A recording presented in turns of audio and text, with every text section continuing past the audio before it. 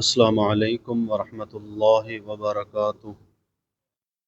ان الحمد للہ نحمده ونستعینه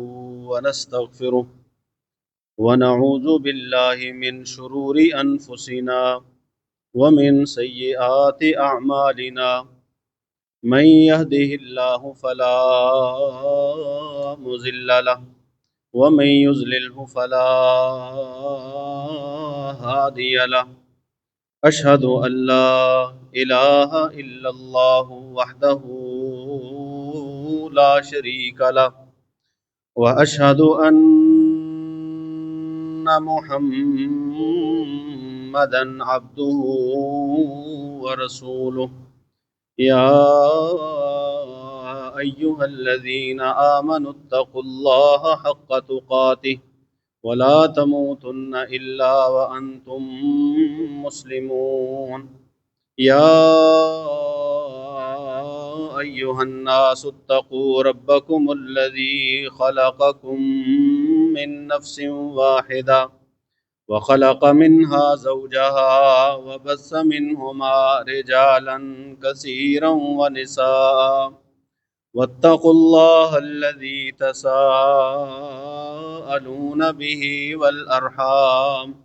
إن الله كان عليكم رقيبا يا أيها الذين آمنوا اتقوا الله وقولوا قولا سديدا يصلح لكم أعمالكم ويغفر لكم ذنوبكم ومن يطع الله ورسوله فقد فاز فوزا عظيما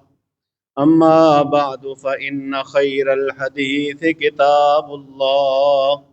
وخير الهدي هدي محمد صلى الله عليه وسلم وشر الأمور محدثاتها وكل محدثة بدعة وكل بدعة ضلالة وكل ضلالة في النار إن الله وملائكته يصلون على النبي يا أيها الذين آمنوا صلوا عليه وسلموا تسليما اللهم صل على محمد وعلى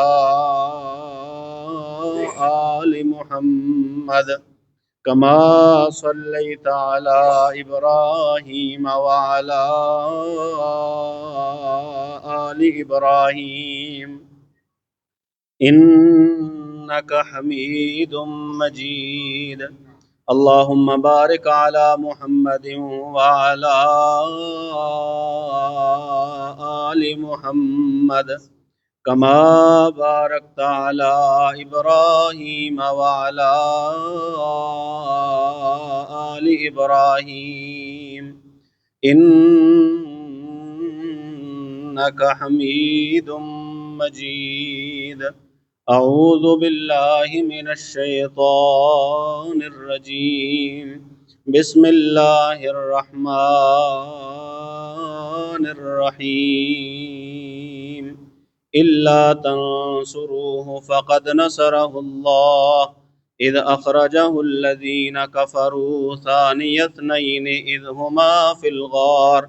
إذ يقول لصاحبه لا تحزن إن الله معنا فأنزل الله سكينته عليه وأيده بجنود لم تروها وجعل كلمة الذين كفروا السفلى وكلمة الله هي العليا والله عزيز حكيم۔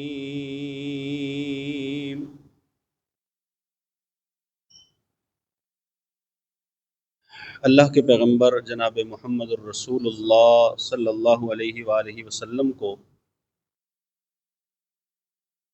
ابتدائے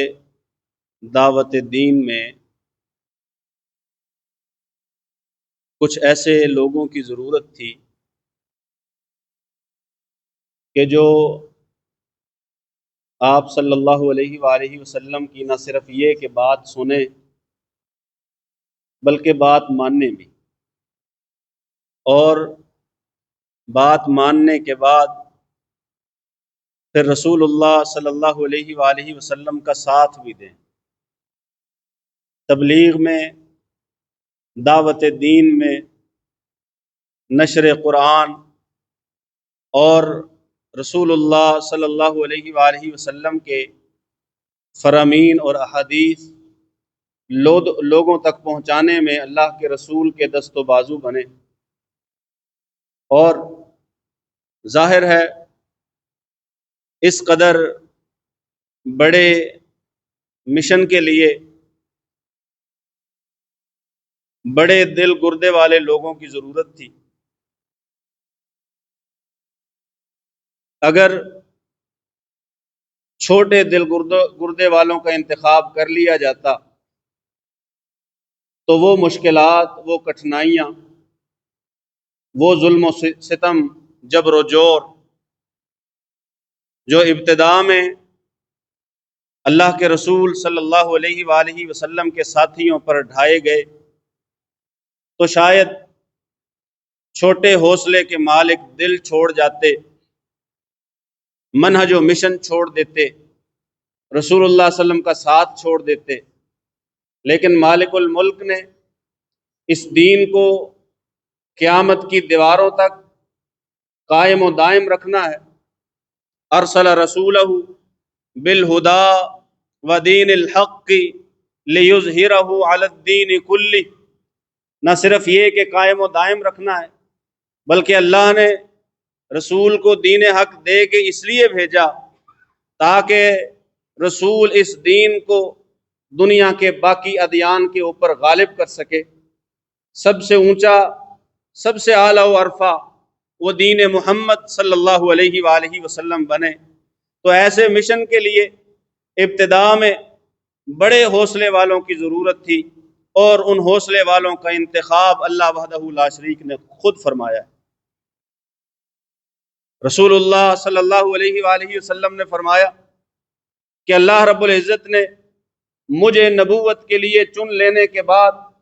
نظر فی قلوب العباد، پھر اس نے اپنے بندوں کے دلوں میں دیکھا، بندوں کے دلوں کی جانچ کی، پڑتال کی، تو اس نے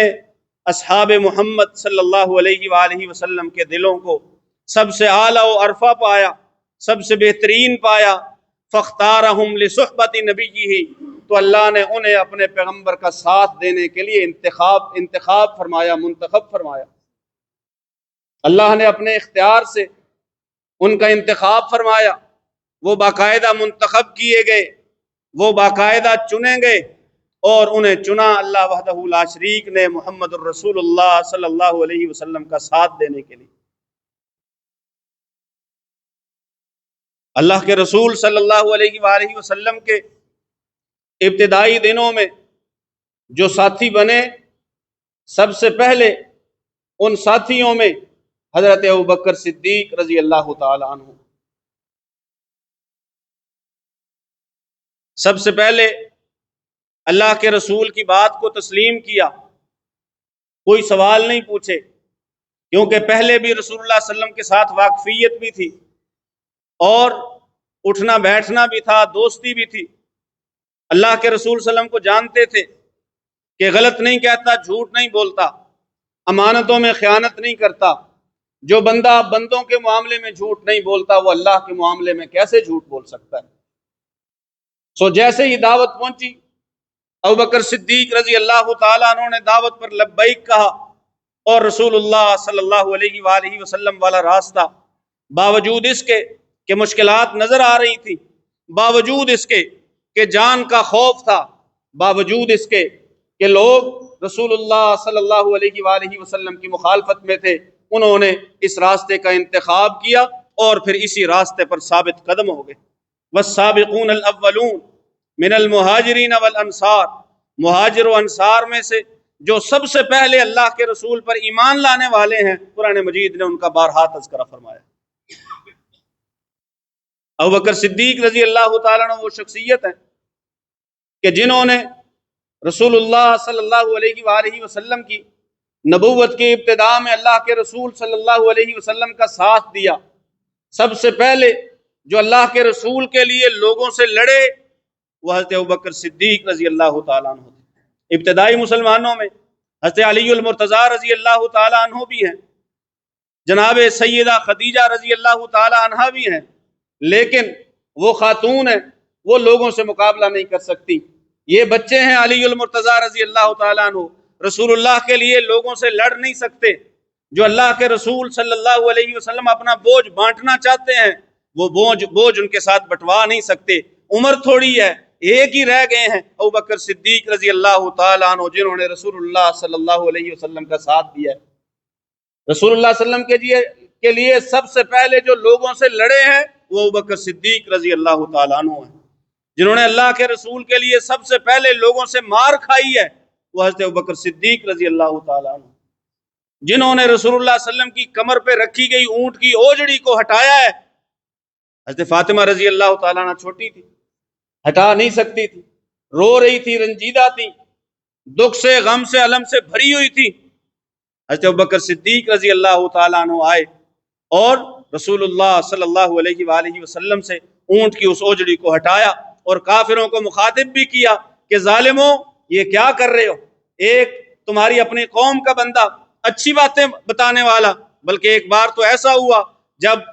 سین کعبہ میں لڑائی ہوئی کافروں کے ساتھ، رسول اللہ صلی اللہ علیہ وسلم پر وہ حملہ آور تھے، حضرت ابوبکر صدیق رضی اللہ تعالیٰ عنہ دفاع میں آئے، حضرت ابوبکر صدیق نے رضی اللہ تعالیٰ عنہ لوگوں کو ہٹایا، رسول اللہ صلی اللہ علیہ وسلم کا دفاع کیا، اور ساتھ ہی یہ کہا اتقتلون رجلا ان یقول ربی اللہ، کیا ایک بندے کو اس لیے جان سے مارنا چاہتے ہو کہ وہ کہتا ہے میرا رب ایک اللہ؟ صرف یہ جرم کرنے کی وجہ سے ابوبکر صدیق رضی اللہ تعالی عنہ نے اوجری جب رسول اللہ صلی اللہ علیہ وسلم پہ ڈالی گئی ہٹاتے ہوئے بھی مشرکین و کافروں سے خطاب کیا، اور جب رسول اللہ صلی اللہ علیہ وسلم کی جان کے درپے تھے سین کعبہ میں، رسول اللہ صلی اللہ علیہ وسلم کا دفاع بھی کیا اور ساتھ ہی خطاب بھی کیا۔ یہ ابوبکر صدیق رضی اللہ تعالیٰ عنہ تھے۔ پھر اللہ رب العزت نے انہیں نہ صرف یہ کہ اللہ کے رسول کی صحبت کے لیے چنا، بلکہ اللہ وحدہ لا شریک نے اپنے رسول کے ساتھ ہجرت کے لیے بھی انہیں چنا۔ اور ہجرت سے پہلے حضرت ابوبکر صدیق رضی اللہ تعالیٰ عنہ کی جو محنتیں ہیں وہ آپ دیکھیے کہ حضرت عثمان ابن عفان رضی اللہ تعالیٰ عنہ، اسلام میں بڑا نام، رسول اللہ صلی اللہ علیہ وسلم کے صحابہ میں بڑا نام، وہ اگر اسلام لائے ہیں تو جناب ابوبکر صدیق کی دعوت پہ اسلام لائے۔ حضرت بلال رضی اللہ تعالی عنہ اگر انہیں اپنا مال خرچ کر کے مشکلات سے نکالا ہے، آزاد کروایا ہے، تو وہ شخصیت بھی جناب ابوبکر صدیق رضی اللہ تعالی عنہ۔ اللہ کے رسول صلی اللہ علیہ وآلہ وسلم کے ساتھ ہجرت کے خواہاں ہیں کہ ہجرت رسول اللہ صلی اللہ علیہ وسلم کے ساتھ ہو۔ جب بھی رسول اللہ صلی اللہ علیہ وسلم سے ملتے، ہجرت کی تیاریوں میں تھے، جناب ابوبکر بھی، جناب رسول اللہ صلی اللہ علیہ وآلہ وسلم بھی، تو آگے رسول اللہ صلی اللہ علیہ وسلم سے گزارش کرتے تھے اللہ کے پیغمبر 2 اونٹنیاں ہیں، دونوں کو میں نے اچھی طرح کھلا پلا کے موٹا تازہ کر رکھا ہے، طاقتور بنا رکھا ہے، ایک آپ کے لیے ایک میرے لیے ہجرت اکٹھے کریں گے۔ جب اللہ کے رسول صلی اللہ علیہ وآلہ وسلم تشریف لائے، اس سے پہلے جب رسول اللہ صلی اللہ علیہ وسلم کو حضرت ابوبکر کہتے کہ اللہ کے پیغمبر ہجرت اکٹھے کریں گے، تو اللہ کے پیغمبر فرماتے مجھے ابھی حکم نہیں آیا، مجھے ابھی مکہ چھوڑنے کا حکم نہیں آیا۔ تو ایک دن دوپہر کے وقت رسول اللہ صلی اللہ علیہ وسلم تشریف لائے، حضرت ابوبکر فرماتے ہیں عام طور پہ اس وقت میں اللہ کے پیغمبر تشریف لایا نہیں کرتے تھے، تشریف لائے اور فرمایا ابوبکر مجھے ہجرت کی اجازت مل گئی ہے۔ ابوبکر صدیق رضی اللہ تعالیٰ عنہ فرمانے لگے اللہ کے پیغمبر میں بھی ساتھ جانا چاہتا ہوں، ہجرت میں مجھے آپ کی رفاقت چاہیے۔ رسول اللہ صلی اللہ علیہ وسلم نے فرمایا اللہ نے کہا ہے کہ اے پیغمبر آپ بھی ہجرت کیجئے اور ابوبکر کو بھی ساتھ اپنے ہجرت کروائیے۔ ساتھ ہیں ابوبکر صدیق رضی اللہ تعالی عنہ۔ پھر ہجرت کا وہ مشکل سفر، بے انتہا مشکل سفر، 450 کلومیٹر پیدل سفر یا اونٹنیوں پہ سفر، لیکن دشمنوں کا خوف، مکہ والوں نے اعلان کر رکھا ہے جو پکڑ کے لائے گا دونوں کو یا دونوں میں سے کسی ایک کو 100 اونٹ اسے انعام میں دیے جائیں گے، قافلے پیچھے ہیں، اور رسول اللہ صلی اللہ علیہ وسلم کے ساتھ جناب ابوبکر صدیق رضی اللہ تعالیٰ عنہ۔ پھر غار ثور کا وہ واقعہ جو صداقت صدیق پہ قیامت تک کے لیے پکی مہر ثبت کرتا ہے، وہ واقعہ پڑھیں ایمان تازہ ہوتا ہے۔ اللہ رب العزت نے قرآن مجید میں جن واقعات کا تذکرہ فرمایا ہے،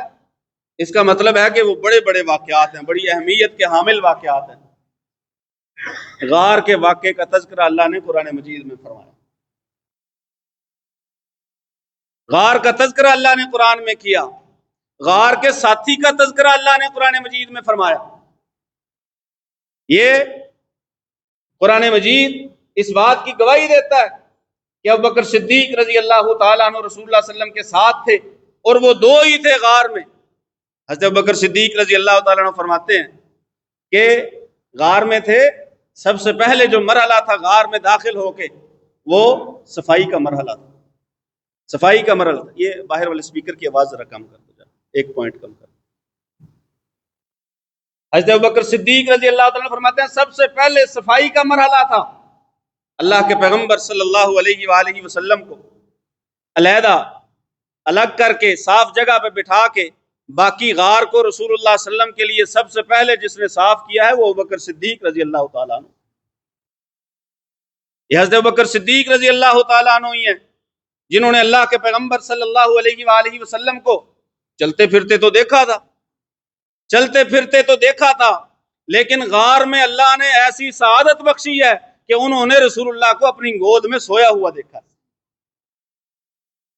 جس گود میں رسول اللہ صلی اللہ علیہ وسلم سر رکھ کے سوئے ہیں بے خوف ہو کے، کیونکہ مالک کائنات نے آیت اتار دی تھی، آیت اتار کے خبر دی ہے کہ آپس میں جب بات ہوئی ابوبکر صدیق رضی اللہ تعالیٰ عنہ پریشان ہوئے، کافر آ گئے، غار نیچی تھی وہ اوپر کھڑے تھے۔ حضرت ابوبکر فرمانے لگے اللہ کے پیغمبر یہ ادھر آ گئے ہیں، اگر ان میں سے کسی نے اپنے قدموں کی طرف بھی دیکھ لیا ہم تو پکڑے جائیں گے، ہم پکڑے جائیں گے۔ اللہ کے رسول صلی اللہ علیہ وسلم نے فرمایا لا تحزن ان اللہ معنا، ابو بکر پریشان ہونے کی ضرورت نہیں ہے، ما ظنک باثنین اللہ ثالثہما، ان دو کے بارے میں ابو بکر کیا سوچتے ہو جن کا تیسرا اللہ ہے، اللہ ان کے ساتھ ہے، اور جس کے ساتھ اللہ ہو، اب اللہ ساتھ کیسے نہ ہو، محمد ہیں اور صدیق ہیں، افضل الانبیاء ہے اور افضل البشر بعد الانبیاء ہے، نبیوں کا سردار ہے اور امتیوں کا سردار ہے، دونوں ساتھ میں ہیں۔ اللہ فرماتے ہیں لا تحزن ان اللہ معنا اذ یقول لصاحبہ، اپنے ساتھی کو جب کہہ رہے تھے محمد صلی اللہ علیہ وسلم غمگین نہیں ہونا، پریشان نہیں ہونا، پریشانی کی تو بات ہی نہیں ہے، اللہ ہمارے ساتھ ہے۔ یہ ابوبکر صدیق رضی اللہ تعالی عنہ ہیں جنہوں نے رسول اللہ صلی اللہ علیہ وسلم کے ساتھ ہجرت کے اس پرصعوبت سفر میں نہ صرف ساتھ دیا بلکہ ساتھ دینے کا حق نبھایا، اور اس میں تو کوئی اختلاف ہے ہی نہیں کہ اللہ کے پیغمبر کے ساتھ ہجرت میں جو ساتھی تھے وہ جناب ابوبکر صدیق رضی اللہ عنہ، کوئی اس کا انکار نہیں کرتا، وہی تھے۔ سب سے پہلے اگر رسول اللہ صلی اللہ علیہ وسلم کے دفاع میں کافروں سے مخاطب ہوئے ابوبکر صدیق تھے، سب سے پہلے کافروں سے اللہ کے رسول کے دفاع میں لڑے وہ جناب ابوبکر تھے، رسول اللہ صلی اللہ علیہ وسلم کے لیے سب سے پہلے غار کو جنہوں نے صاف کیا وہ ابوبکر تھے رضی اللہ تعالی عنہ۔ یہ حضرت ابوبکر صدیق رضی اللہ تعالی عنہ جو ہر وقت ساتھ رہے، ہر وقت ساتھ رہے، اللہ کے پیغمبر قباء میں آئے رسول اللہ صلی اللہ علیہ وسلم ساتھ، جناب ابوبکر ساتھ تھے، اللہ کے پیغمبر نے مسجد جمعہ بنائی جناب ابوبکر صدیق رضی اللہ تعالیٰ عنہ ساتھ تھے، مسجد نبوی میں آئے مسجد کی تعمیر شروع کی ابوبکر صدیق رضی اللہ تعالیٰ عنہ ساتھ تھے، اور اللہ کے پیغمبر صلی اللہ علیہ وآلہ وسلم جب کبھی رسول اللہ صلی اللہ علیہ وآلہ وسلم کو کسی چیز کی ضرورت پڑی تو آپ نے یہ دیکھا ہے، بے شمار حدیث میں یہ باتیں ہیں کہ سب سے پہلے حضرت ابوبکر صدیق رضی اللہ تعالیٰ عنہ آ کے پیش ہوئے کہ اللہ کے پیغمبر میں یہ بندوبست کروں گا، بلکہ غزوہ تبوک کے موقع پہ حضرت ابوبکر صدیق رضی اللہ تعالیٰ عنہ نے اپنے گھر کا سارا سامان لا کے پیش کر دیا، سارے کا سارا کائنات سخیوں سے بھری پڑی ہے، دولت مندوں سے بھری پڑی ہے. لوگ حاتم طائی کا نام لیتے ہیں، بڑے بڑے دولت مندوں کا نام لیتے ہیں. اس سے بڑا سخی کوئی دکھاؤ،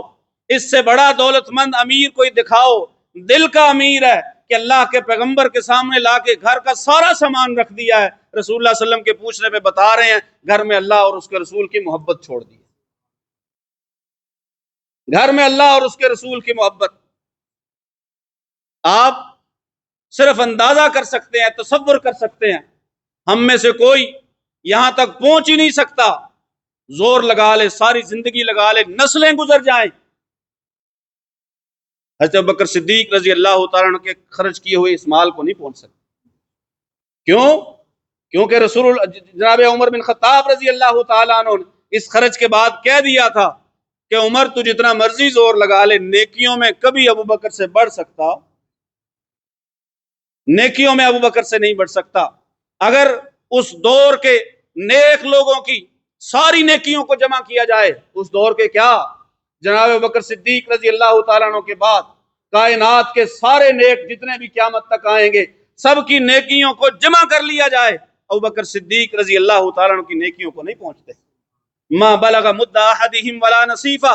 رسول اللہ صلی اللہ علیہ وسلم نے فرمایا تھا اگر تم میں سے کوئی ایک احد پہاڑ کے برابر سونا خرچ کرے،